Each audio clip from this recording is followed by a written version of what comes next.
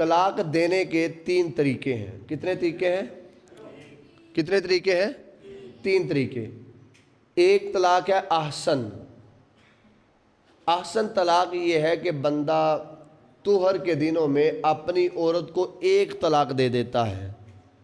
یعنی طہر سے مراد یہ ہے کہ جس مہینے میں اس نے اپنی عورت کے ساتھ صحبت نہیں کی، اس مہینے میں اپنی عورت کو 1 طلاق دے دیتا ہے، پھر عدت گزرنے تک دوسری طلاق نہیں دیتا۔ اسے کہتے ہیں طلاق احسن۔ ایک ہوتی ہے طلاق حسن۔ حسن یہ ہے کہ بندہ اپنی عورت کو طہر کے اندر طلاق دیتا ہے، 1 مہینے 1 طلاق دیتا ہے، پھر دوسرے مہینے جا کے دوسری طلاق دیتا ہے، تیسرے مہینے میں تیسری طلاق دے کے فارغ کر دیتا ہے۔ تیسری طلاق ہے طلاق بدعت۔ طلاق بدعت یہ ہے کہ بندہ ایک جگہ پر بیٹھ کر 3 طلاقیں بیک وقت اپنی عورت کو دے دیتا ہے۔ اب بیک وقت 3 طلاقیں دی ہوئیں، اسے کہتے ہیں طلاق بدعت۔ ہو جاتی ہیں لیکن یہ اچھا طریقہ نہیں ہے۔ ہمارے نزدیک یہ طلاقیں ہو جاتی ہیں لیکن یہ اچھا طریقہ، ایک مجلس میں دی ہوئی 3 طلاقیں تینوں واقع ہو جائیں گی، لیکن یہ اچھا طریقہ نہیں ہے۔ امام شافعی کا بھی یہی موقف ہے، امام اعظم ابو حنیفہ کا بھی یہی موقف ہے، اور اس پر بخاری کی حدیث ہے کہ حضرت عوامر، حضرت سہل بن سعد بیان کرتے ہیں، بخاری کی حدیث مبارکہ ہے، حضرت عوامر یہ صحابی رسول ہے انصار میں سے، حضرت عوامر اجلانی، انہوں نے نبی کریم صلی اللہ علیہ وسلم کی بارگاہ میں آ کر عرض کی، کہا یا رسول اللہ اگر کوئی بندہ اپنی عورت کو کسی اور مرد کے ساتھ دیکھے تو کیا بندہ اپنی عورت کو قتل کر دے؟ یہ بخاری کی حدیث ہے، کیا بندہ اپنی عورت کو قتل کر دے؟ تو نبی کریم صلی اللہ علیہ وسلم نے فرمایا لیان کرے، قرآن میں ہے لیان کرے۔ مفہوم حدیث یہ ہے، لیان کا مطلب یہ ہے کہ تم قسمیں اٹھاؤ کہ واقعی آپ نے ایسے دیکھا ہے، وہ بھی قسمیں اٹھائے، تو ہوا یوں انہوں نے لیان کر لیا۔ مفہوم حدیث یہ ہے، لیان کرنے کے بعد وہ صحابی رسول کہتے ہیں جب میرے اوپر یہ بات واضح ہو گئی تو میں اس عورت کو کیسے رکھ سکتا ہوں؟ انہوں نے حضور کے سامنے کھڑے ہو کر 3 طلاقیں دے دیں۔ حضور صلی اللہ علیہ وسلم نے کہا کہ تینوں کی تینوں واقع ہو گئی ہیں، اب رجوع نہیں ہو سکتا۔ اب دوسری حدیث یہ ہے، حضرت سوید بن غفلہ یہ بیان کرتے ہیں، یہ کہتے ہیں کہ حضرت امام حسن، حضرت علی کے بڑے صاحبزادے، جس دن حضرت علی کی شہادت ہوئی تو حضرت امام حسن کی زوجہ جن کا نام عائشہ تھا، وہ حضرت امام حسن کے پاس آئیں، کہا کہ تمہیں خلافت مبارک ہو،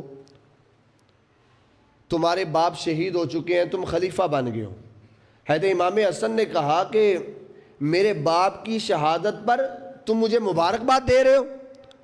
آپ نے بیک وقت 3 طلاقیں دے کر فارغ کر دی، اور کہا کہ اگر میں نے اپنے باپ سے یہ سنا نہ ہوتا کہ انہوں نے میرے نانا سے سنا ہے کہ 3 طلاقیں دی ہوئی 3 ہی واقع ہو جاتی ہیں تو میں تمہارے ساتھ رجوع کر لیتا۔ رجوع انہوں نے نہیں کیا، اس کا مطلب یہ 3 طلاقیں 3 ہی واقع ہو گئیں۔ تیسری حدیث حضرت عبداللہ ابن عمر رضی اللہ تعالیٰ عنہ، آپ کے والد سے آتا کہ آپ نے اپنی عورت کو حیض کے دنوں میں طلاق دے دی۔ جب حیض کے دنوں میں طلاق دی تو نبی کریم صلی اللہ علیہ وسلم میں تم رجوع کر لو، کیونکہ 1 طلاق دینے کے بعد رجوع کی جو ہے وہ باقی ہوتا ہے۔ بندہ اگر اپنی عورت کو 1 یا 2 طلاق دے دے، 3 مہینوں کے اندر اندر وہ رجوع کر سکتا ہے۔ 1 یا 2 طلاق دے دے تو 3 مہینوں کے اندر اندر وہ رجوع کر سکتا ہے۔ اگر وہ رجوع نہیں کرتا تو اگلی طلاق اگر اس نے نہیں دی تو وہی طلاق بائنہ ہو جاتی ہے، پھر رجوع نہیں کر سکتا، نکاح جدید کرے گا۔ نکاح جدید کا مطلب یہ 2 بندے ساتھ لے جائیں، نکاح کر لے حلالے کے بغیر۔ اگر اس نے 3 طلاقیں دے دیں تو یہ طلاقیں مغلظہ ہو جائے گی، تو اب اس کے پاس رجوع کی امید نہیں ہے۔ اب وہ حلالہ کرے گا، حلالے کے بعد عورت کے پاس عورت جو ہے مرد کے پاس واپس آئے گی پہلے۔ حضرت عبداللہ ابن عمر کہتے ہیں میں نے حیض کے دنوں میں جب طلاق دی تو حضور نے فرمایا رجوع کر لو۔ تو میں نے حضور سے سوال کیا، کہا یا رسول اللہ اگر میں 3 طلاقیں اکٹھی دے دیتا کیا میں رجوع کر سکتا تھا؟ حضور نے فرمایا پھر رجوع کی امید نہیں ہو سکتی۔ اگر 3 طلاقیں تم کٹھی دے دیتے. رجوع بعض لوگ کہتے ہیں کہ ایک مجلس میں دی ہوئی 3 طلاقیں ایک شمار ہوتی ہیں, 3 نہیں ہوتی.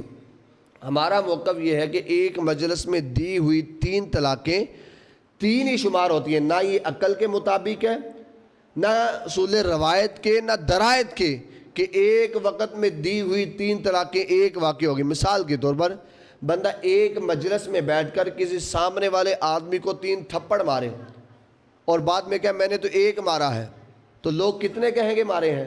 کیوں جی؟ ہر بندہ یہی کہے گا کہ 3 مارے ہیں میرے سامنے. اگر ایک مجلس میں بیٹھ کر بندہ 3 لاکھ روپیہ کسی کو دے دیتا ہے اور وہ سامنے والا کہے نہیں میں نے تو 1 لاکھ لیا ہے, تو کیا 1 لاکھ شمار ہوگا یا 3 لاکھ شمار ہوگا؟ یہ تو عقل کے مطابق ہی نہیں ہے کہ ایک مجلس میں دی ہوئی 3 طلاقیں جو ہے وہ حضرت عمر فاروق رضی اللہ تعالیٰ کے دور میں صحابہ کا اس بات پر اجماع ہوا. شروع میں اس طرح کے واقعات ہوئے, جب شروع اسلام میں ان لوگوں کا طریقہ اتنا پتہ نہیں تھا لوگوں کو. انہوں نے کیا کیا, کسی نے اپنی بیگوں کو کہا میں نے تجھے 1000 طلاق دی, کسی نے کہا میں نے تجھے 100 طلاق دی. تو اس طرح مسئلہ یہ چلتا رہا. لیکن جب حضرت عمر فاروق کا دور آیا تو آپ نے پھر اس پر صحابہ کا اجماع کیا. آپ نے کہا یہ لوگوں نے کھیل تماشا بنا رکھا ہے طلاق کو, اب ایک مجلس میں دی ہوئی 3 طلاقیں 3 ہی شمار ہوں گی, ایک شمار نہیں ہوگی. تو لوگ یہ کھیل تماشا کرتے تھے اپنی عورتوں کے ساتھ. قرآن بھی یہ کہتا ہے الطلاق مرتان فامساک بمعروف او تسریح باحسان.